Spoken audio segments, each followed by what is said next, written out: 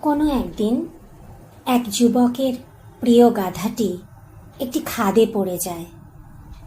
যুবকটি অনেক চেষ্টা করেও তাকে তুলতে না পেরে সিদ্ধান্ত নেয় যে তাকে জীবন্ত সমাহিত করবে। সেই ভেবে সে উপর থেকে মাটি ঢালতে থাকে, আর এদিকে গাধাটি যত মাটি সব গা ঝাড়া দিয়ে ফেলে দিতে থাকে আর তার উপর উঠে দাঁড়াতে থাকে। এইভাবে মাটি পড়তে থাকে, গাধাটিও ঝাড়তে থাকে আর একটু একটু করে ওপরে উঠতে থাকে। তারপর এক সময় সে ওপরে উঠে আসতে সক্ষম হয়। এর থেকে আমরা কি শিক্ষা পাই? সমস্যাকে ঝেড়ে ফেলে চলতে পারলে তবেই সফল হওয়া যায়।